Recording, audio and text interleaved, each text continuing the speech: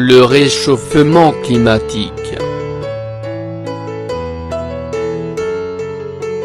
Le réchauffement climatique, aussi appelé réchauffement planétaire ou réchauffement global, est une augmentation durable de la température, pendant plusieurs années, sur toute la surface de la planète et dans les océans. Depuis sa création, la Terre a connu plusieurs changements climatiques importants. Mais si on parle beaucoup de ce phénomène actuellement, c'est parce qu'on observe, aujourd'hui, un nouveau réchauffement climatique qui a commencé dans les années 1950. Et contrairement au précédent, celui-ci serait en grande partie dû à l'homme et ses activités.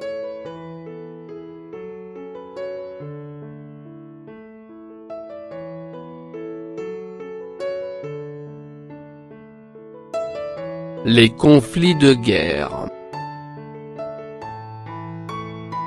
Les 5 guerres les plus ravageuses de l'histoire. Révolte des Tépignes, 1851-1864. La Première Guerre mondiale, 1914-1918. La guerre civile russe, 1917-1921. La Seconde Guerre mondiale, 1939-1945. La Deuxième Guerre du Congo, 1998-2003.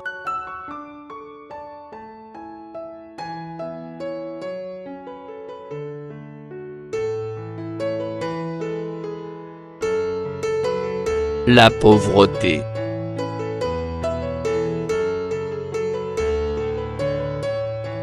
La pauvreté, c'est ne pas avoir assez d'argent pour répondre à ses besoins de base en nourriture, en vêtements et en logement. Toutefois, la pauvreté, c'est plus, beaucoup plus, que le manque d'argent.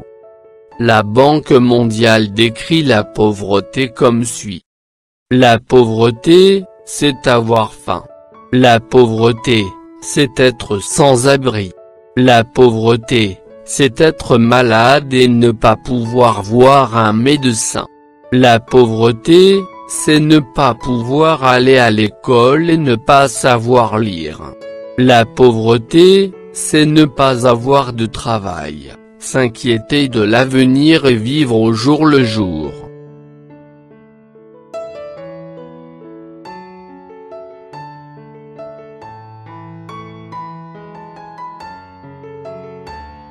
L'immigration.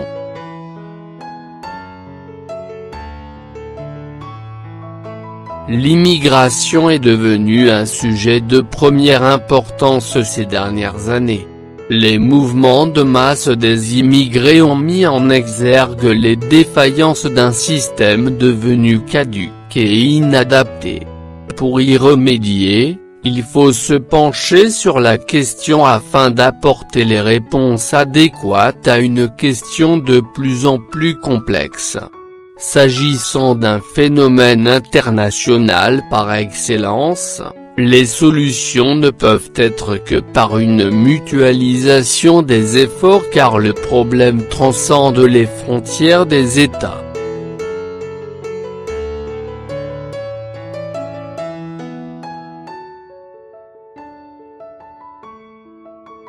L'éducation.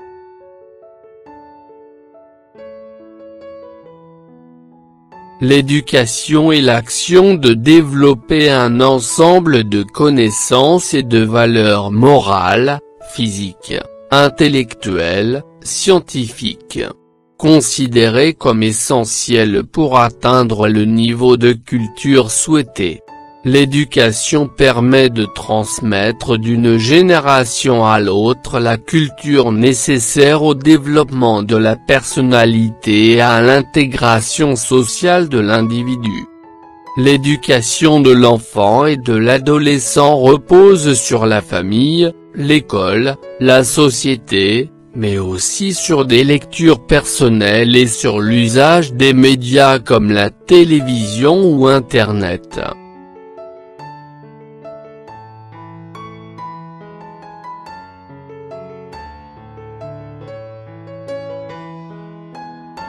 La désertification.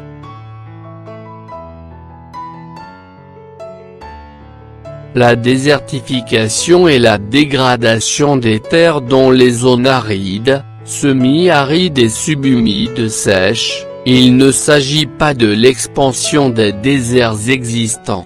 Elle est causée principalement par les activités humaines et les variations climatiques. Cela se produit parce que les écosystèmes des zones arides, qui couvrent plus d'un tiers de la superficie terrestre mondiale, sont extrêmement vulnérables à la surexploitation et à l'utilisation inappropriée des terres. La pauvreté, l'instabilité politique, la déforestation, le surpâturage et les mauvaises pratiques d'irrigation sont autant de facteurs qui peuvent nuire à la productivité de la terre.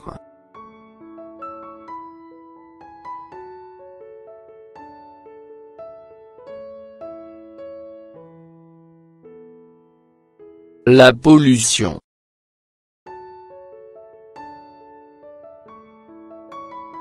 La pollution est la destruction ou dégradation d'un écosystème ou de la biosphère par l'introduction, généralement humaine, d'entités, physiques, chimiques ou biologiques, ou de radiations altérant le fonctionnement de cet écosystème.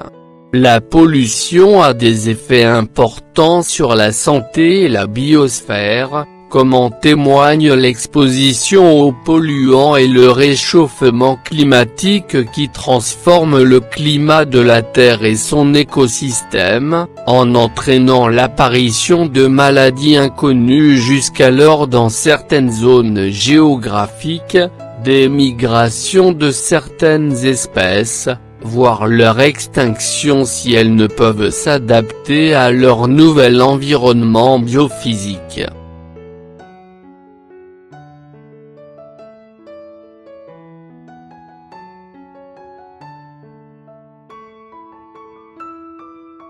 La rareté de l'eau.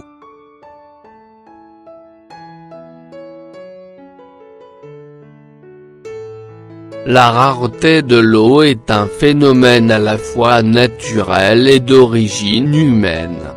Bien qu'il y ait suffisamment d'eau douce sur la planète pour la population mondiale d'environ 7 milliards d'êtres humains, cette ressource est inégalement répartie dans le temps et dans l'espace et une grande partie est gaspillée, polluée et gérée de façon non durable. Il n'y a pas à proprement parler de pénurie d'eau à l'échelle planétaire, mais un certain nombre de lieux et de régions manquent d'eau du fait qu'au niveau mondial, son utilisation a augmenté plus de 2 fois plus vite que la population au cours du siècle dernier.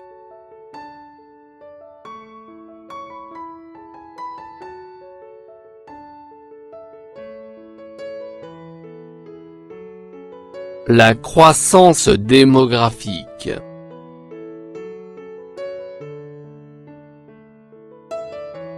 La croissance démographique correspond à la somme du solde naturel et du solde migratoire, calculé en général pour une année. L'effectif d'une population augmente quand il y a excédent des naissances sur les décès, solde naturel, et des entrées de migrants sur les sorties, solde migratoire. Le taux d'accroissement annuel est le rapport entre la variation de la population au cours d'une année et son effectif au milieu de l'année.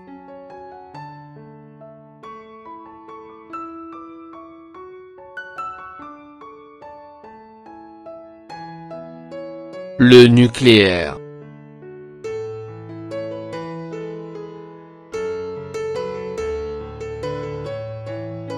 L'énergie nucléaire dépend d'un combustible fissile, l'uranium, dont le minerai est contenu dans le sous-sol de la Terre. Elle permet de produire de l'électricité, dans les centrales nucléaires, appelées centrales électronucléaires, grâce à la chaleur dégagée par la fission d'atomes d'uranium. Une centrale nucléaire se compose de 4 parties principales. Le bâtiment contenant le réacteur dans lequel a lieu la fission. La salle des machines où est produite l'électricité. Les départs de lignes électriques qui évacuent et transportent l'électricité. Des tours de refroidissement uniquement en bord de rivière.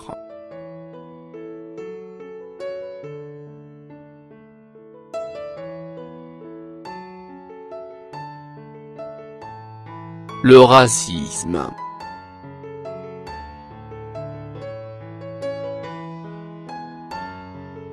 Le racisme se base sur un mode de pensée qui exclut d'autres personnes.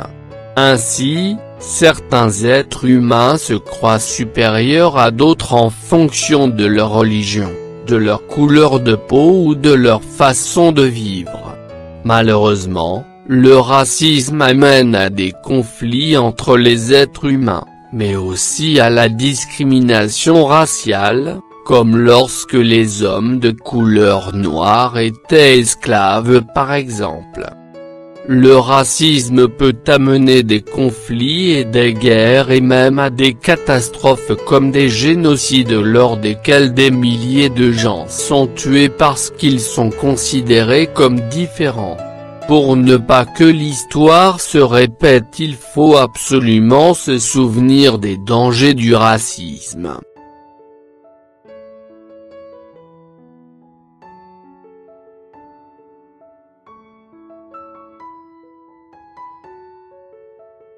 Les inégalités sociales.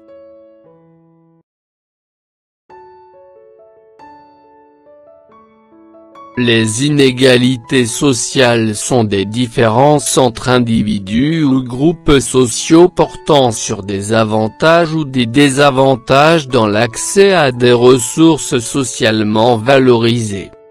Ces ressources socialement valorisées dépendent bien sûr de chaque société, des valeurs de chaque société. Dans nos sociétés qui valorisent l'activité économique, l'argent, etc., les inégalités sociales prennent en partie la forme d'inégalités économiques. Toutefois, ces inégalités sociales ne se réduisent pas aux inégalités économiques. Citons quelques exemples de ressources socialement valorisées. Un premier exemple est la santé qui est un capital essentiel pour un individu. Or, il existe des inégalités sociales de santé entre individus qu'il s'agisse entre hommes et femmes ou selon le milieu social.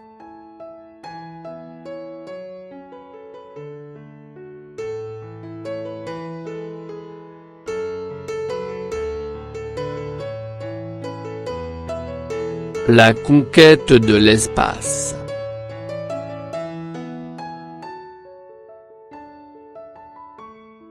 La conquête de l'espace consiste en l'exploration physique de l'espace et des objets extérieurs à la Terre, et de manière générale à tout ce qui touche à la science, la technologie, et à la politique spatiale. L'idée d'envoyer un objet ou un homme dans l'espace a été conçue par des auteurs de science-fiction des centaines d'années avant que cela ne soit physiquement et matériellement possible. Pendant le XXe siècle, avec le développement des moyens de propulsion adéquats, de l'amélioration des matériaux, l'envoi d'une mission dans l'espace ne fut plus un rêve mais une réalité.